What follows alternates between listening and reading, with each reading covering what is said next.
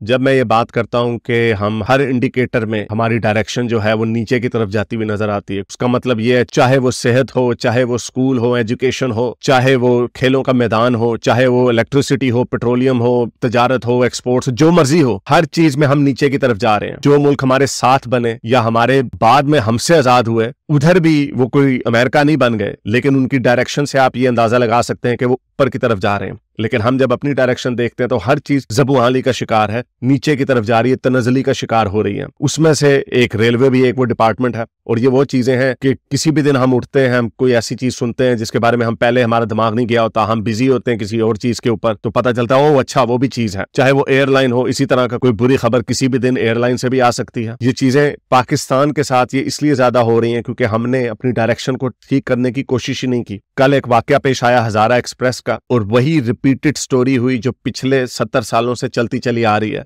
Derailment की वजह से हजारा एक्सप्रेस की डिरेलमेंट हुई। कहा यह जा रहा है कि 30 बंदे मर गए, बड़ी खतरनाक किस्म की वीडियोस आ रही हैं, टांगे किसी की कहीं पे पड़ी हुई हैं, टोर्सो कहीं पे पड़ा हुआ है, और लोग बेयारो मददगार बेचारे ट्रैक्स के ऊपर पड़े हुए, उनके ऊपर चादरें डाली हुई। और ऐसा एहसास होता है कि यहाँ पे इस मुल्क में हमारे पास तो स्ट्रेचर्स भी नहीं है लोगों की मदद करने के लिए। और कहने को हम बड़ा गैरतमंद लोग हैं, लोगों की इंसानी जानों की बड़ी परवाह करते हैं। चले हर चीज में हम पीछे हैं तो जाहिर बात है हर चीज में हम थर्ड वर्ल्ड कंट्री हैं, तो कैसे बेहतरी आ सकती है। लेकिन मैं आपको ये बताता हूं कि जो हमें कहा जाता है कि हम दिन दुगनी रात चुगनी तरक्की करेंगे या कर रहे हैं, या जो मीठे मीठे ख्वाब आपको आपके पॉलिटिशियंस बेचते हैं, उनकी असलियत क्या है। और ये रेलवे मिनिस्टर चाहे शेख रशीद हों या ख्वाजा साद रफीक साहब हों, मैं नहीं कहता कि उन्होंने अपनी जाती जेबें भरी होंगी, हो सकता है वैसे वो भी भरी हों, लेकिन ये जरूर कहा जा सकता है कि इनकी इनकॉम्पिटेंस के ऊपर कोई शक नहीं किया जा सकता। मैं आपको एक ऐसे कुछ स्टैट्स एंड फिगर्स देता हूं। मैंने सोचा कि चलें आज फिर आपको कंपैरिजन करता हूं इंडिया के साथ, लेकिन इंडिया के साथ जब मैं कंपैरिजन कर रहा था तो मुझे लगा कि उधर हमारे से भी ज्यादा बुरा हाल है, लेकिन उसमें एक बहुत बड़ा फर्क है। वो फर्क मैं आपको एंड में बताऊंगा कि वो फर्क क्या है। अंग्रेज जब हमें पाकिस्तान रेलवे छोड़ के गए तो पहले 20 सालों में, यानी उनका इंफ्रास्ट्रक्चर हमने इनहेरिट किया, पहले 20 सालों में सिर्फ 3 एक्सीडेंट्स हुए। 1954 में जिसमें 60 लोग मरे, 1957 में जिसमें 300 लोग मरे, बड़ा खतरनाक हादसा था, और एक 1969 में जिसमें 80 लोग मरे। इसके बाद से कोई बहाना ये नहीं था कि जो अंग्रेज हमें दे के गया हम क्या करें, उसके बाद यह जिम्मेदारी हमारी थी। तो बजाय इसके कि इसमें बेहतरी आती, इसमें मजीद बुराई आई, और जो ट्रेन के हादसात हैं उसमें तेजी से इजाफा हुआ। 50s की दहाई में जैसे कहा कि सिर्फ 2 हादसात हुए, और 60s में सिर्फ 1 हादसा हुआ। उसके बाद इन हादसात में ऐसी तेजी आई कि अगले 50 सालों में 14 एक्सीडेंट्स हुए, और उसमें भी अगर हम फर्दर ड्रिल डाउन करें तो इस सदी में 23 सालों में 11 एक्सीडेंट्स हुए। 2005 में 130 लोग मरे, 2007 में 40 लोग मरे, 2015 में 19 लोग मरे, 2015 में 20 लोग मरे, और ये सारे में इंडिविजुअल ट्रेन के एक्सीडेंट्स की बातें बता रहा हूं। 2016 में 21 लोग मरे, 2019 में 2 एक्सीडेंट्स हुए जिसमें एक में 75 और एक में 24 मरे, 2021 में घोटकी में 65 लोग मरे, 2023 में अब 2 हादसात हो चुके हैं ऑलरेडी इसी साल में, और तकरीबन एक में 30 और एक में 7 मरे। तो आप ये देखें कि अंग्रेज के जाने के 20 साल बाद सिर्फ 3 हादसे हुए और आखिरी 20 सालों में 11 हादसे हो गए। करप्शन की वजह से जो मेंटेनेंस है, रेलवे नेटवर्क जो है वो डिके का शिकार हुआ, जिसकी वजह से सबसे ज्यादा एक्सीडेंट्स जो होते हैं वो डिरेलमेंट की वजह से होते हैं। ठीक है, बाकी दुनिया में भी डिरेलमेंट की वजह से होते हैं और उसमें ह्यूमन एरर होता है, लेकिन पाकिस्तान में इसमें तेजी आ रही है। उसकी वजह यह है कि ये अभी भी यहाँ पर 70 साल पुराने रेलवे ट्रैक्स बिछे हुए हैं जिसके ऊपर कोई मेंटेनेंस नहीं, जिसके ऊपर कोई नहीं देखता। और कहने को हमारे पास 72,000 एम्प्लॉइज हैं जो सिर्फ सियासी मकासद के लिए रखे हुए हैं, क्योंकि अगर उनको फायर कर दिया जाता है, जो कि करना चाहिए, किसी भी डिपार्टमेंट की बेहतरी के लिए उसकी एफिशिएंसी देखी जाती है, उसको एफिशिएंट बनाया जाता है, लेकिन वो इसलिए नहीं किया जाता क्योंकि जहां पे जो हल्के बने हुए हैं वहां से उनको ये डर होता है कि अगर हम इनको निकाल देंगे जो कि वो नौकरियां नहीं कर रहे। पाकिस्तान में एक बहुत बड़ा मसला है, जैसे टीचर्स हैं, कहने को हमारे पास हजारों टीचर्स हैं, लेकिन इन प्रैक्टिस उसमें से आधे भी नहीं है। गोस्ट स्कूल्स की एक टर्म आई थी जिसमें यह देखा गया था कि जब आप स्कूलों में जाते हैं, जो स्कूल्स पेपर में एग्जिस्ट करते हैं, जब आप उधर जाते हैं तो वहां पे वो स्कूल होता ही नहीं है और वहां पे कोई टीचर नहीं होता। उसी तरह जो रेलवे एम्प्लॉइज भी जो हैं, ये तनख्वाहें हुकूमत के खजाने से ले रहे हैं लेकिन कोई काम नहीं कर रहे, और उसी वजह से जो आपकी मेंटेनेंस है वो ज़बूहाली का शिकार है। और इसी तरह लोग, पाकिस्तान के लोग भेड़ बकरियों, जानवरों, कीड़े मकोड़ों की तरह मरते रहेंगे। इसी तरह अंग्रेज जब गया तो उससे हमें 8,147 किलोमीटर का रेलवे नेटवर्क दिया, तो बजाय इसके कि इसमें इजाफा होता, आज 2023 में 7,490 किलोमीटर का रेलवे नेटवर्क है, यानी इसमें कमी आई। और हमारा जो बजट है वो $500 मिलियन बजट है। $500 मिलियन कहने को बहुत बड़ी रकम है, और है भी पाकिस्तान जैसे मुल्क के लिए, और जिसका नेटवर्क सिर्फ 7,000 किलोमीटर पे है। लेकिन मुझे नहीं समझ आती कि वो नेटवर्क किधर जाता है, क्योंकि जब हम ट्रेनें देखते हैं तो वही 1950 के डब्बे नजर आते हैं, जिनके ऊपर ये पेंट करके नया ट्रेन का डब्बा बना देते हैं। पहले हम इंडिया में देखते थे कि इंडिया में भी वही वो रेड कलर की ट्रेन होती थी, वहां पे भी एक्सीडेंट्स होते थे और होते आए हैं अभी तक। लेकिन अभी उसके इंडिया के कंपैरिजन के ऊपर भी आता हूं, लेकिन वहां पे अब हमें बुलेट ट्रेन भी नजर आ रही हैं। उसकी वजह यह है 2013-14 में उनका रेलवे का बजट $3 अरब था, लेकिन मोदी जी के आने के बाद अब उसका बजट अगले साल के लिए $29 बिलियन है। इसका मतलब यह है कि उनका बजट हमसे 60 गुना बड़ा है, जबकि उनका रेलवे नेटवर्क हमसे सिर्फ 18 गुना बड़ा है। यही वजह है कि उनके पहले एक्सीडेंट्स हमसे बहुत ज्यादा होते थे, क्योंकि उनका बजट जो था वो हमसे सिर्फ 4 गुना बड़ा था, जबकि उनका रेलवे नेटवर्क 18 गुना था 2014 तक।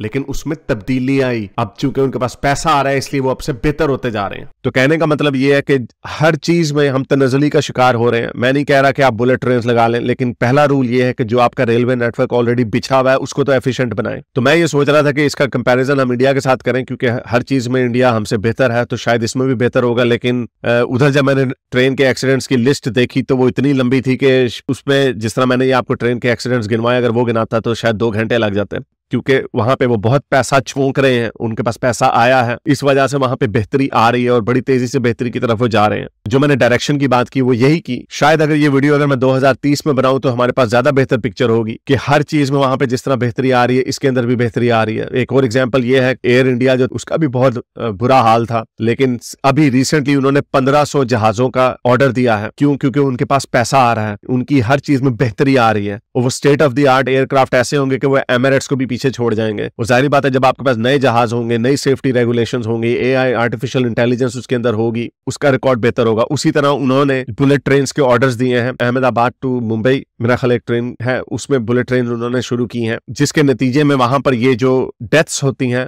वो कम होती जाएंगी। लेकिन काश हम भी अपने बारे में ये बात कर सकते हैं कि चले जो हो गया सो हो गया, लेकिन अब हम बेहतरी की तरफ जाएंगे। लेकिन हर चीज में हम बुराई की तरफ जा रहे हैं। हमें इस चीज से फुर्सत नहीं मिलती कि इमरान खान को घड़ी के इल्जाम में अंदर कर दें और अपनी मर्जी का वजीर आजम ला के रख दें, जिसके ऊपर अपने ऊपर करप्शन के बहुत सारे चार्जेस हो, इलेक्शंस को हम लटका दें। हम जब तक इन्हीं चक्रों में पड़े रहेंगे तो जाहिर बात है पीआईए पे क्या फोकस होगा, जाहिर बात है रेलवे पे क्या फोकस होगा, या हेल्थ और एजुकेशन के ऊपर क्या फोकस होगा। कहने का मकसद यही है कि हम थर्ड वर्ल्ड कंट्री है, मान लिया कि बहुत बुराइयां हैं हम में, लेकिन डायरेक्शन तो ठीक हो सकती है ना। लेकिन डायरेक्शन भी ठीक नहीं हो रही। इंडिया में चूंकि वो बड़ा मुल्क था, उनकी भी हर चीज हमसे बुरी थी। हम इसके ऊपर ये बात जब करते थे हमसे हर चीज में बुरे हैं, उनके पास टॉयलेट कम है, उनकी सड़कें खराब हैं, उनके एयर क्रैशेस ज्यादा होते हैं। ठीक है वो बड़ा मुल्क था, इस वजह से उनकी हर चीज बड़ी ही होनी थी, लेकिन ये एक्सक्यूज उन्होंने एक्सेप्ट नहीं किया।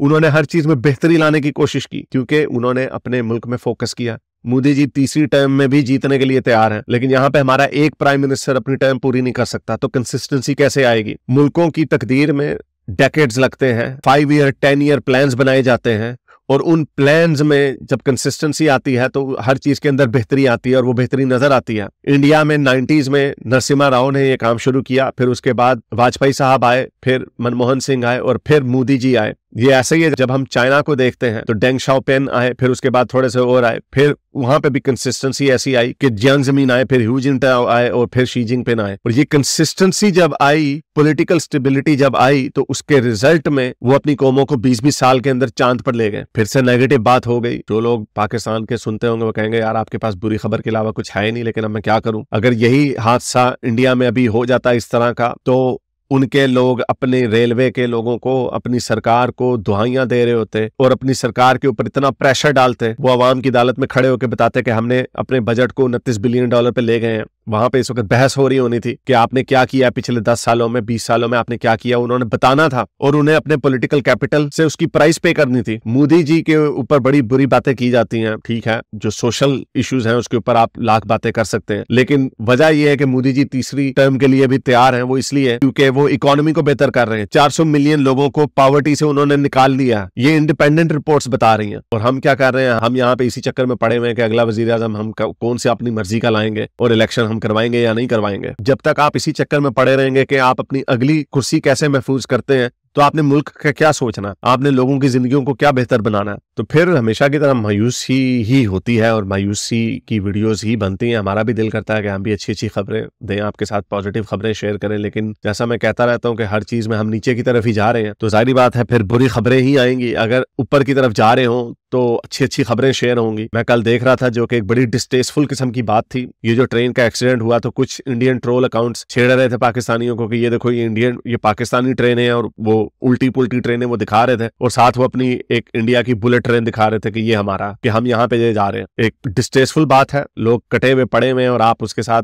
ट्रोल कर रहे हैं। लेकिन बात तो सच्ची है, जब हम लोग अपने लोगों की जानों की खुद परवाह नहीं करते तो दुनिया क्या परवाह करेगी। और वो क्यों ना खुशी मनाए कि जिनको आप अपने से कमतर या हकीर समझते थे वो आपसे 100 गुना तेजी से तरक्की कर रहे हैं। मैं तो यही कहूंगा कि अगर हम उनको अपने से कमतर समझते थे तो कम से कम वही भरम तोड़ दो और उनको अपने बराबर समझ के ही उनसे कुछ सीख लो, अपने मुल्क के लिए सोच लो। और ये हमारे कल्चर का हिस्सा बन गया है कि अपने काम से बेईमानी करना। ये लोग जो रेलवे से तनख्वाहें वसूल करते हैं लेकिन काम पर नहीं आते, ये कल्चर का हिस्सा है। वो 2 नंबरी कर रहे हैं। कहने को मुसलमान है, हलाल खाते हैं, क्या ये हलाल खाते हैं? इनकी कामचोरी की वजह से लोग मरते हैं। वो एक वीडियो गुजरी जिसमें एक बंदा कटा हुआ था, उसका आधा जिस्म ट्रैक के एक तरफ था और उसकी 2 टांगे कट के अलहदा से पड़ी हुई थी, और वो वीडियो भी बन रही थी। उसको हजारों लाखों लोगों ने शायद देखा है ट्विटर पे, और इससे मुआशरे में बेहिसी मेरा ख्याल ज्यादा फैलती है। वो एक फोक स्टोरी बना दी गई, उसके बारे में कहा यही जाता है कि ये सच्ची खबर नहीं है कि जब फ्रेंच रेवोल्यूशन आया तो जब लोगों को आटा नहीं था मिलने के लिए तो मैरी एंटोइनेट ने कहा,